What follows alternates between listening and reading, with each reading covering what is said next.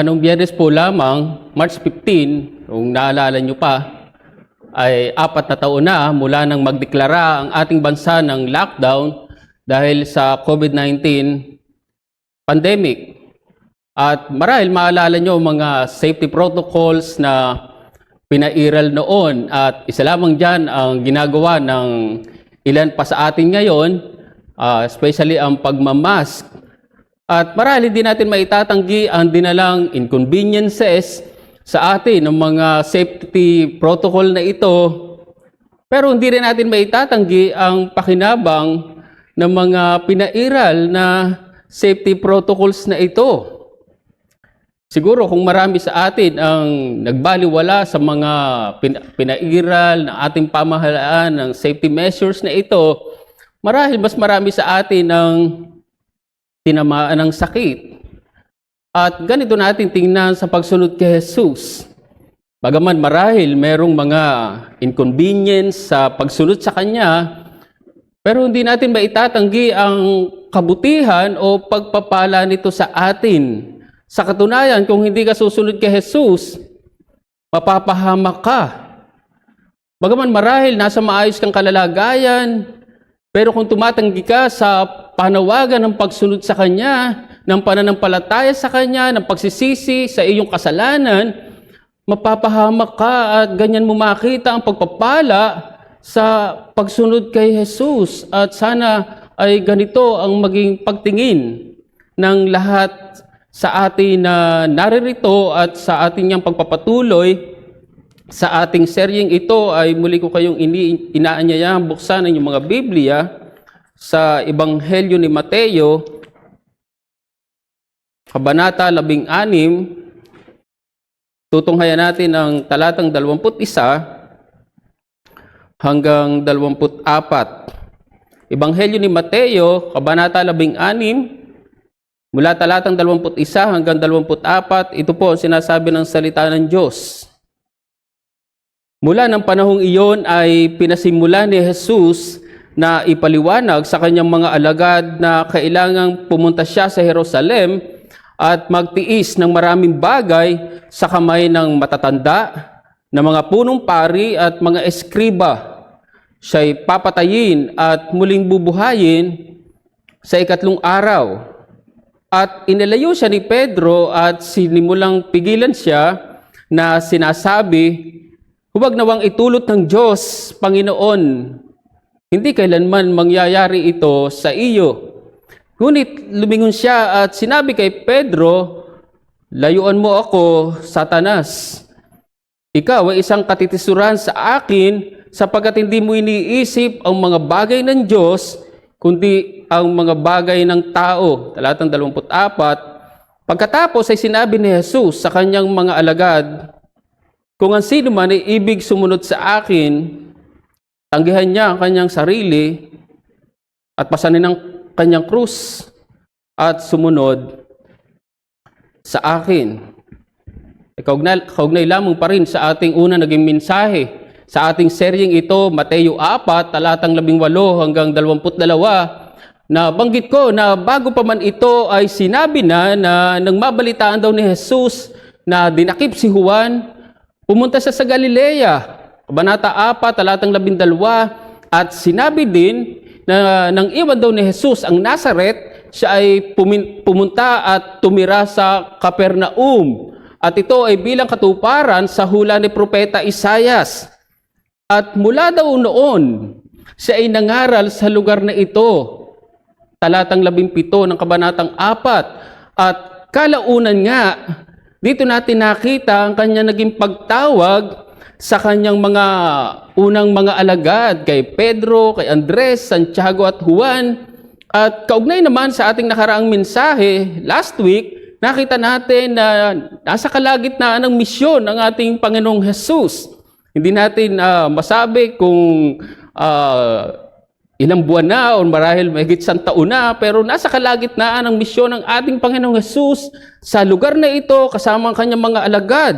Pero marahil ang mapapansin nyo naman sa ating teksto ngayon ay hindi na magtatagal at matatapos na ang misyon o ministeryo ng ating Panginoong Jesus sa lugar na to. sa palibot ng Galilea. At siya ay magtutuunan ng pansin sa kanyang ultimong misyon dito sa lupa. At iyon, alam nating lahat, iyon ay ang mamatay at magdusa sa krus. At ito nga ang ipinahayag ni Jesus sa kanyang mga alagad sa ating binasa, talatang 21. Pero tila hindi naintindihan ito ng kanyang mga alagad, partikular si Pedro.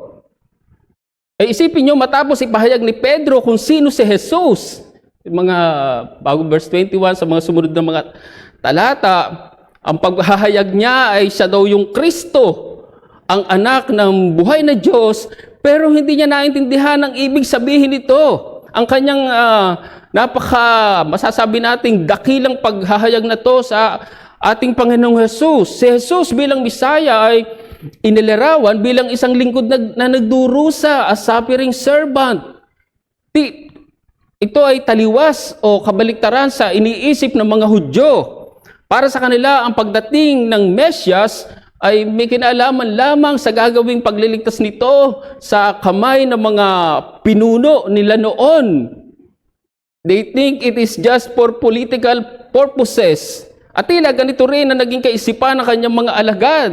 Again, particular si Pedro. Kaya mapapansin nyo na inilayo niya si Jesus. Ay marahil iniisip ni Pedro na hindi dapat magdusa ang Panginoon ng Mesyas, ang tagapagligtas, pero nagkakamali siya. Kaya makakita natin dito na sinaway siya ng Panginoon. Kakaibang pagsaway ang ginawa kay Pedro, katulad ng bayhahalin tulad sa naging pagsaway kay Satanas nung subukin ng ating Panginoong Jesus doon sa ilang. Yun ay dahil hindi niya naiintindihan ang kalooban ng Diyos. Kumbaga gusto ipakita dito na sagabal ka, Pedro, sa aking misyon dito sa lupa, at dito nga itinuro ni Jesus ang ibig sabihin ng pagsunod sa Kanya. At kaugnay dito, ito po muli yung aking mensahe, sa kaharian ni Kristo ang pagsunod ay may pagtanggi sa sarili. Sa kaharian ni Kristo ang pagsunod o ang pagiging alagad ay may pagtanggi o paglimot sa sarili. Ganito natin dapat unawain ang pagsunod kay Jesus. Huwag mong isipin na ang pagsunod kay Jesus ay parang napakasimple, napakadaling bagay lamang. Hindi, nagkakamali tayo.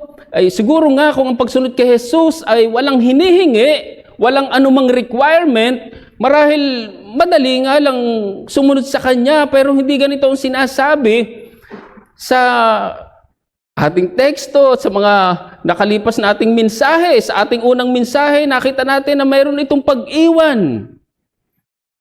Sa ating ikalawang mensahe, nakita natin na mayroon itong pagpili, pagpaprioridad, pag-una, mayroon kang marahil dapat unahin, at hindi madali ang mga bagay na ito. At dito naman sa ating teksto ngayon, makikita natin na mayroong pagtanggi o paglimot. Halos magkakaugnay ito, pero nais natin bigyan ng pansin o diin ang bawat isa sa kanila.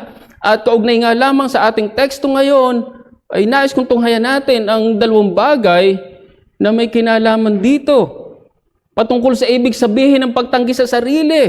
Sa ibang salita ay papaano ba natin makikita o masasabi na ang isang tao o ang isang tagasunod ni Jesus ay may pagtanggi o paglimot sa kanyang sarili. Dalawang bagay. Una, hindi siya nakatuon sa sarili. Hindi siya nakatuon sa kanyang sarili.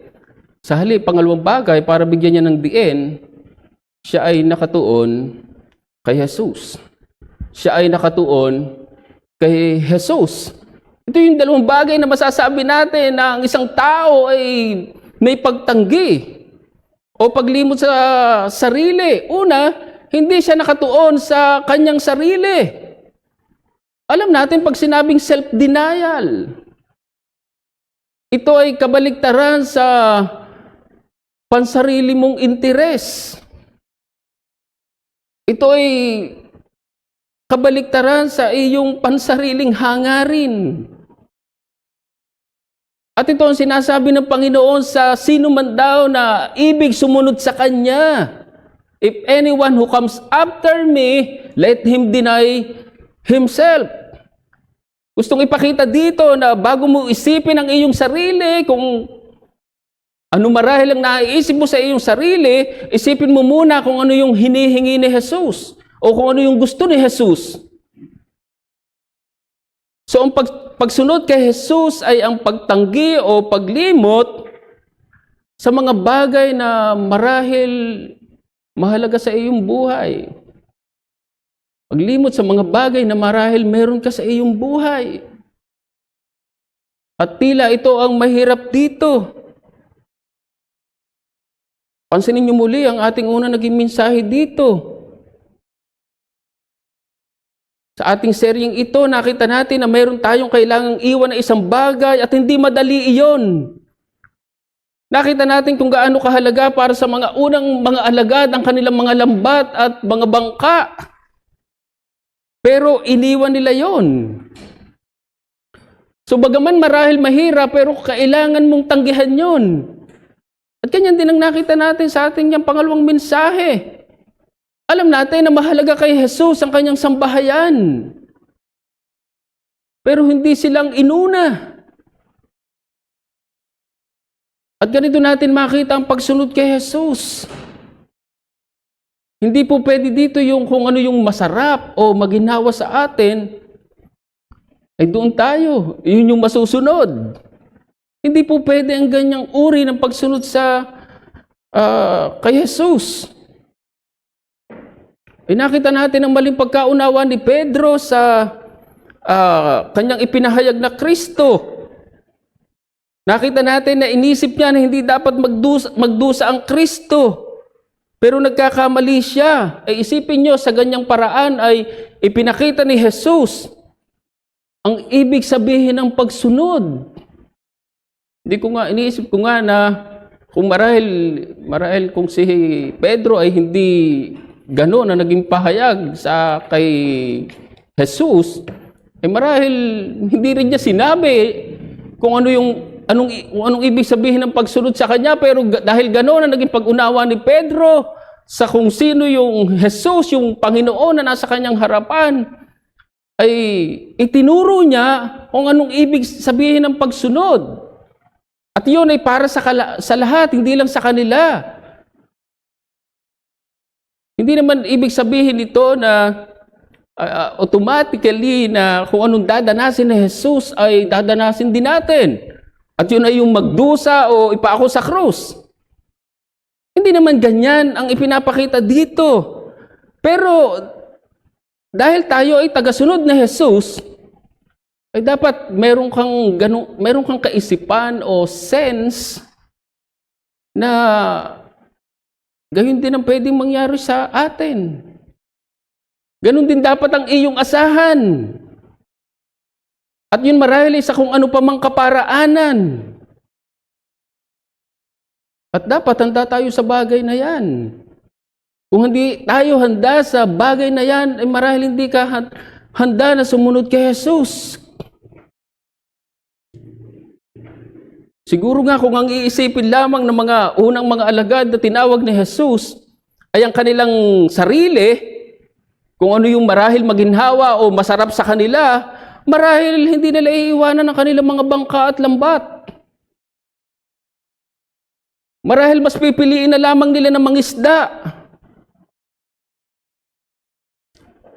Bagaman marahil maluwalhati na maging mamamalakayan ng tao, pero may kaakibat yun. Ganyan mo unawain ang pagsunod kay Jesus. Ang ating Panginoong Jesus man, marahil kung ang iisipin lamang niya ay ang kanyang sarili, yung maginhawa o masarap sa kanya, kung iisipin lamang marahil niya ay ang kanyang kalalagayan sa kalangitan, marahil hindi siya susunod sa kanyang Ama. Sa misyon na ibinigay niya dito, buti nga kung madali yung misyon, yun ay ang mamatay sa krus. Pero hindi nga ganyan ang pagsunod. Ang pagsunod kay Jesus ay paglalagay ng bagong prioridad sa iyong buhay. Ibig sabihin, kung dati ikaw ang nasusunod sa iyong buhay, ay ngayon hindi na. Yan nga raw ang ibig sabihin ng tagasunod. Sinusunod mo kung anong gusto ng iyong Panginoon. Marahil masasabi mo na hindi ka tagasunod kung ikaw ang nasusunod sa iyong sarili. At sa tingin ko, kung minsan dito nagkakamali ang marami. Sinasabi nila, marahil na sila'y tagasunod ni Jesus, pero walang tunay na paglimot o pagtanggi sa sarili. Pansinin niyo halimbawa muli sa usapin ng bautismo. Sinasabi nila na tagasunod sila ni Jesus, pero hindi makuhang umanib sa iglesia. Kasi mas mabuti pa raw na hindi miyembro ng isang iglesia. Mas mukha pa raw marahil tisod sa loob ng iglesia. At kung meron akong kinakausap na nasa ganitong kalalagayan, nasa ganitong kaisipan, gusto kong sabihin sa iyo na hindi mo nauunawaan ang pagsunod kay Jesus.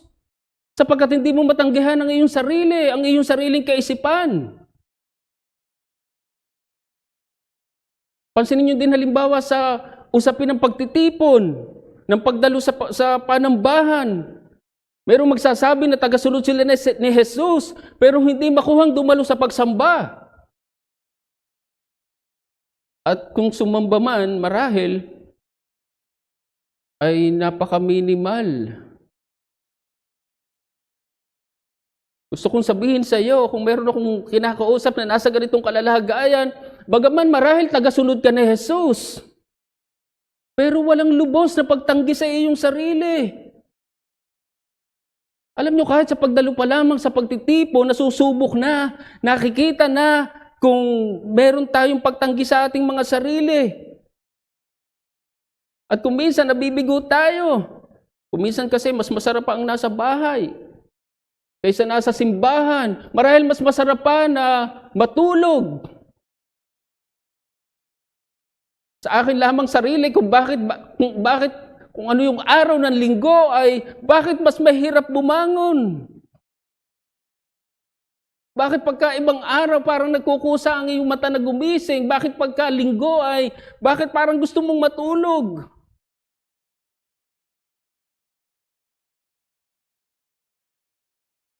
Pero kung ang umiiral sa iyo ay yung iyong sarili, walang pagtanggi doon. Pansin niyo din halimbawa sa usapin ng pagsunod sa salita o ng kalooban ng Diyos, generally speaking, kung minsan ang damdamin ang nasusunod sa atin, yung ating mga makasariling damdamin. Sa halip na ang masunod ay kung ano sinasabi ng salita ng Diyos, dapat yung damdamin ko nasusunod. Ang mabigat pa kung minsan kahit kasalanan na, okay lang. Bakit? Dahil yun ang masarap. Yun ang masarap sa pakiramdam. Doon tayo nag-i-enjoy.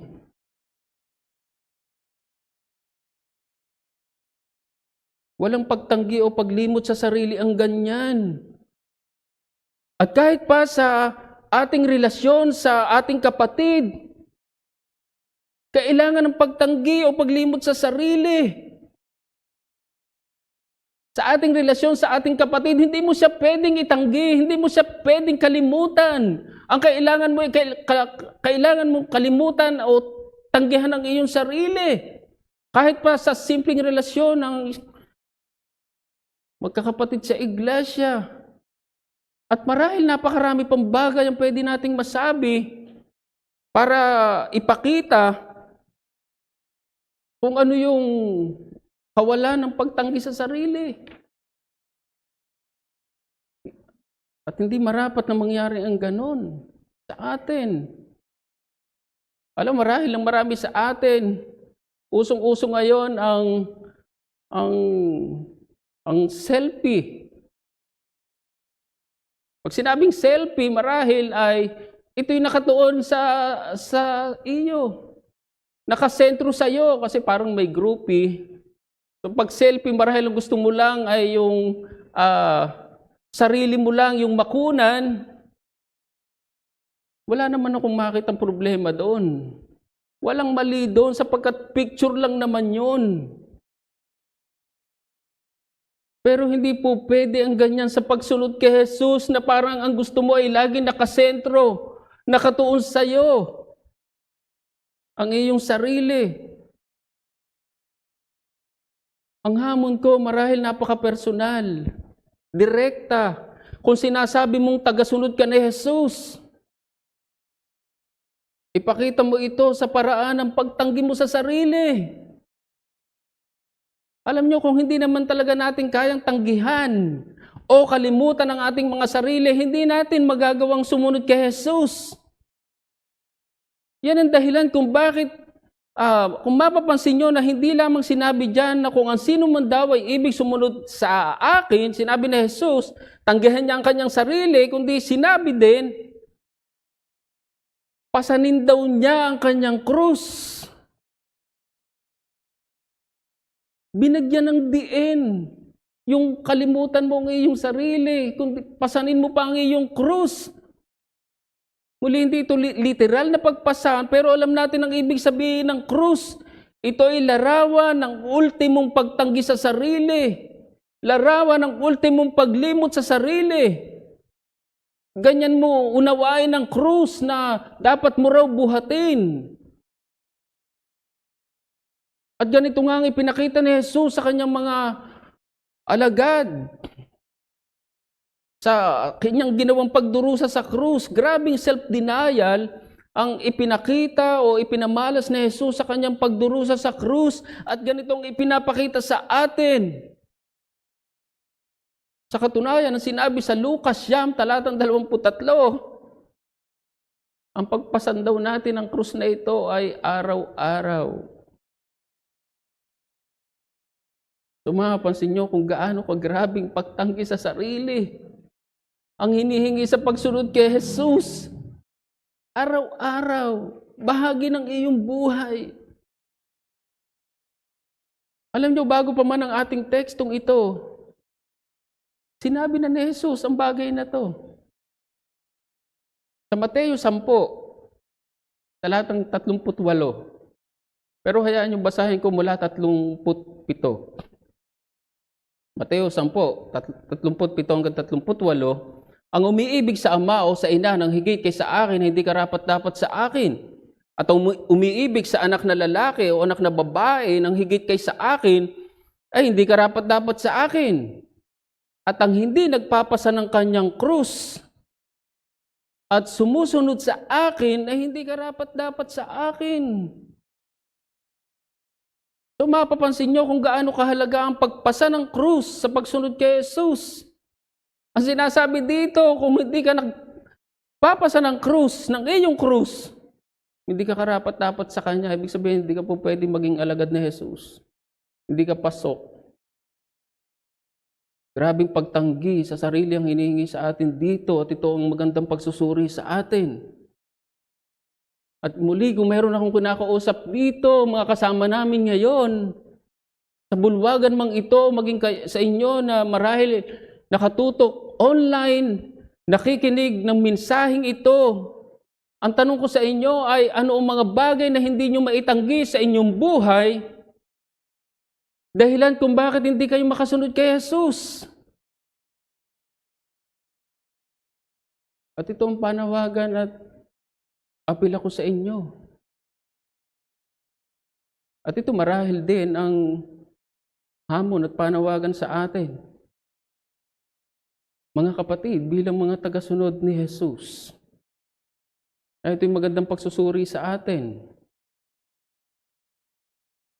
Isa marahil sa pinakakilalang biktima ng Nazi regime of Adolf Hitler ay walang iba kundi si Dietrich Bonhoeffer.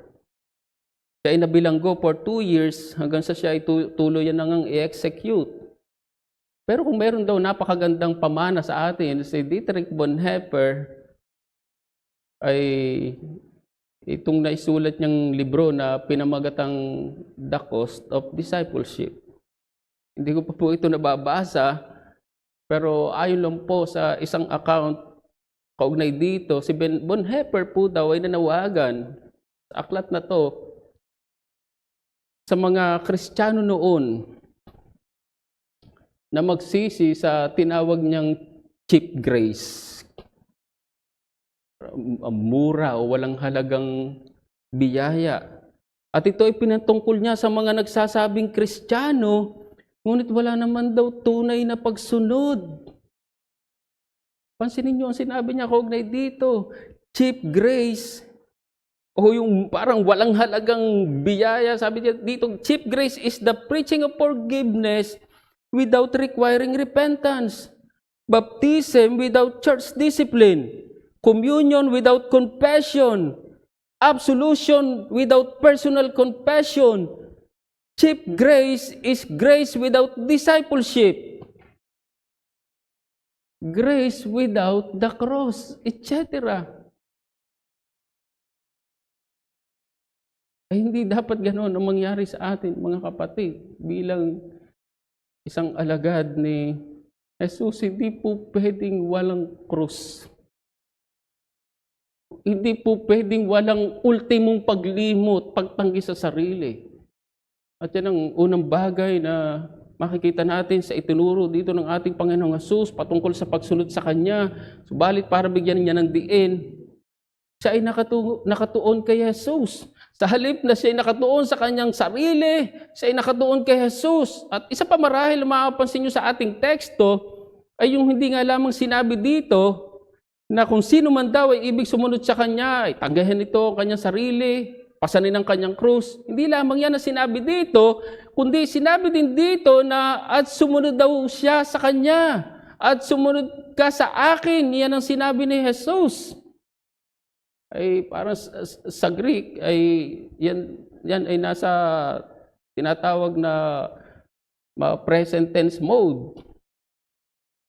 Ngayon kung yan ay nasa present tense, ano yung simpleng itinuturo sa atin dito? Ang pagsunod kay Jesus ay hindi minsanang pagpapasya, kundi tuloy-tuloy. Ibig sabihin, ito ay lifetime commitment. Kaya nasabi ko kanina na ang pagpasa ng krus ay araw-araw. So mapapansin nyo na pinapakita dyan, ang pagsunod kay Jesus ay buo nating buhay. Hindi pwede dito yung kung minsan ay tagasunod ka ni Jesus at kung minsan naman ay hindi. Hindi ganyan ang pagsunod kay Jesus. Kaya nga nakita natin na ang pagsunod kay Jesus may pag-iwan at ang pag-iwan na yun ay lubos lahat-lahat. Ibig sabihin, hindi mo na dapat balikan yun. Nakita din natin ang pagsunod kay Jesus, dapat may pagpili, may pag-una. At yan ang tinatawag nating loyalty o katapatan. Sapagat paano ko nga magiging tagasunod ni Jesus kung meron kang higit na pinapahalagan sa iyong buhay, gaya marahil ng pamilya, gaya marahil ng relasyon, gaya marahil ng ang kasalanan. Kaya nga hindi nakapagtataka na sabihin ni Jesus, ang sino man daw umiibig sa kanyang ama o ina ng higit sa kanya ay hindi karapat-dapat sa kanya. Ganyan din ang sinabi patungkol sa anak na lalaki, anak na babae, kahit sa iyong sarili. Sa katunayan sa account ni Luke, kaugnay sa bagay na ito, mas mabigat ang sinabi. Pansinin niyo ang sabi sa Lucas 14, talatang 33. Kaya't ang sino man sa inyo na hindi magtakwil sa lahat ng kanyang tinatangkilik ay hindi maaaring maging alagad ko. Lahat daw, binanggit dun yung pamilya. At marahil hindi naman talaga lang sa pamilya. Marahil ang isang perfect example na maisip natin dito ay yung rich young ruler. Dahil sa kanyang pagpili o marahil sa kanyang loyalty, sa kanyang kayamanan, hindi niya nakuhang sumunod kay Jesus. At marahil marami pang bagay ang pwedeng umagaw ng ating pansin para hindi tayo tuluyang makasunod kay Jesus. Pamilya ba? Kayamanan ba? Kasalanan ba na ating iniingatan? Napakarami. Ang pwede nating marahil masabi, maisip,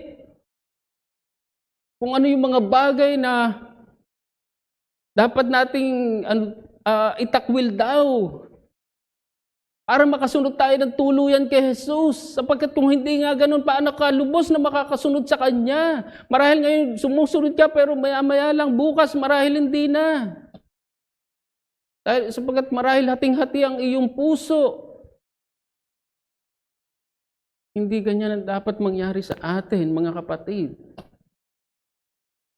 Dahil nga sa hangarin ng isang komite sa Senado na mapaaresto ang di umano'y Pastor Kibuloy, ay nauwi sa rally ng kanyang mga taga-suporta. Alam natin na nabubulagan at hindi tama ang ganitong pagsunod. Pero isang bagay na maiisip po sa kanila ay ang kanilang commitment and loyalty sa kanilang leader. Nais ko lang i-translate yan sa positibo. Kaya ito yung hamon ko, kung sinasabi mo na tagasunod ka ni Jesus, ipakita mo ito sa paraan ng tuloy-tuloy na pagsunod sa Kanya. Ipakita mo ito sa paraan ng iyong commitment and loyalty to Christ. Mahalaga ito, mga kapatid, sapagkat nakita natin na maraming sumusunod sa ating Panginoong Jesus noon, pero kalaunan ay hindi na nakasunod. Nandiyan yung 3 lalaki na nagnais sumunod sa Kanya, pero ni isa sa kanila hindi nakasunod kay Jesus. In Luke chapter 9, verses 57 to 62, John chapter 6, ang daming sumusunod sa Kanya, pero kalaunan iniwanan si Jesus. At maging ang Kanyang mga alagad, yung 12, ay dumating din sa punto na tinalikuran nila ang Panginoon. At marahil ang pinakapopular nga dito ay ang ginawang pagtanggi ni Pedro sa kanyang Panginoon. Maalala nyo na sinabi ni Pedro na iwan man daw si Jesus ng lahat ng kanyang mga kasama, pero hindi raw niya iiwanan ito. Pero nakita natin na 3 beses niya itinanggi ang ating Panginoong Jesus. Sa halip na itanggi niya ang kanyang sarili, itinanggi niya ang ating Panginoong Jesus. Ang hirap isipin na ang isang Pedro ay minsang nagtanggi sa ating Panginoon. Ang hirap isipin na ang isang Pedro ay minsang hindi naging loyal sa kanyang Panginoon. Kumusta po tayo? Alam niyo, kung ang ating Panginoong Jesus ay hindi naging committed or loyal sa misyon na ibinigay sa kanya ng kanyang Ama, marahil wala tayong kaligtasan. Siguro, nung iniisip-isip na ni Jesus, malapit na ako sa krus. At ang ginawa niya marahil dahil alam niya yung pagdurusang kanyang kakaharapin, at ang ginawa na lamang niya marahil ay siya'y tumalikod. Inisip niya ang kanyang sarili. Marahil wala tayong kaligtasan. Pero hindi ganyan ang ginawa ng ating Panginoong Hesukristo. At yan din ang panawagan sa atin. At siguro nga kung pag-uusapan lamang ay commitment and loyalty to Christ, marahil walang duda na isa sa mga maiisip natin dyan ay itong mga Christian martyrs. At marahil isa lamang sa pwede nga rin maisip natin dyan at ang malimit ko na rin mabanggit sa inyo ay itong si Polycarp na bishop ng Smyrna. ay gaya ng alam natin na sinunog siya ng buhay. Pero bago yon, ay hinihimok siya na talikuran ng kanyang Kristo. Bago yon ay hinihimok siya na talikuran ng kanyang pananampalataya. Dahil sinasabi niya siya ay Kristiyano, ay yun ay sinabi mong Kristiyano noon ay parang rebellion or blasphemy against the emperor. So, ang dahilan noon sapagkat siya daw ay 86 years old na. May konsiderasyon pa yung Roma noon. So mag-ano ka na lang, mag-recant ka na lang. Pero nirefuse siya ni Polycarp. At ang pamilyar sa ating lahat, ang sabi niya, 86 years have I served him and he has never done me any harm. How could I blaspheme my King and my Savior? Grabing commitment. Grabing loyalty. At marahil ito rin yung hamon sa atin dito mga kapatid. At bilang tugon, awitin natin ng pinamagatang ang himno na pinamagatang Drominerer. Sana ito nga ang maging hangarin natin na bilang tagasunod na Jesus ay mas mailapit tayo sa Kanya. Awitin natin bilang tugon, Panginoon, mas ilapit mo. Magwakas po tayo sa panalangin. O dakila namin Diyos, aming mahabaging Ama, muli nagpapasalamat kami sa pagkakataon na kami ay makarinig ng iyong mga salita. Nakita namin minsan pa, Panginoon, kung anong ibig sabihin ng pagsunod sa iyo. Nakita namin na ito ay hindi dapat nakatuon sa aming mga sarili. Sa halip ay ito ay nakatuon sa iyo kung anong nais at kalooban niyo sa aming mga buhay. At marahil ito nga ang mahirap at malaking hamon sa amin, Panginoon, sapagkat kami bilang mga tao ay mas namamayani ang kung anong mabuti. Marahil masarap sa amin, maginhawa sa amin. Ngunit hindi ganito ang uri ng pagsunod sa iyo. Marahil may mga panahon sa aming buhay na kailangan naming kalimutan ang aming sarili para sa iyo, Panginoon. At tulungan niyo nga kami sa mga bagay na ito, gaya ng aming inawit. At ito yung aming hangarin at panalangin na ilapit niyo kami sa iyo, sa iyong krus. At nawa nga ito yung magbigay sa amin lagi ng dahilan upang maunawaan namin kung anong uri ng pagsunod ang iyong nais sa aming mga buhay.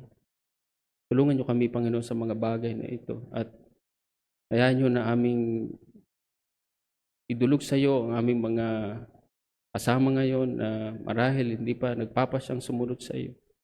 Panalangin namin na abagan niyo rin sila at tulungan sila na tanggihan ang kanilang mga sarili para sa pagsunod sa iyo. Marahil may mga bagay din sa kanilang mga buhay na hindi nila kayang tanggihan, ngunit mahabag ka sa kanila. O Diyos, salamat muli sa iyo sa mga oras na to. Salamat sa pagpapaalala. Salamat sa pagpapala niyo sa iyong iglesia. Kaya pinupuri ka namin at ito po ang aming panalangin sa pangalan ng aming Panginoong Hesus. Amen.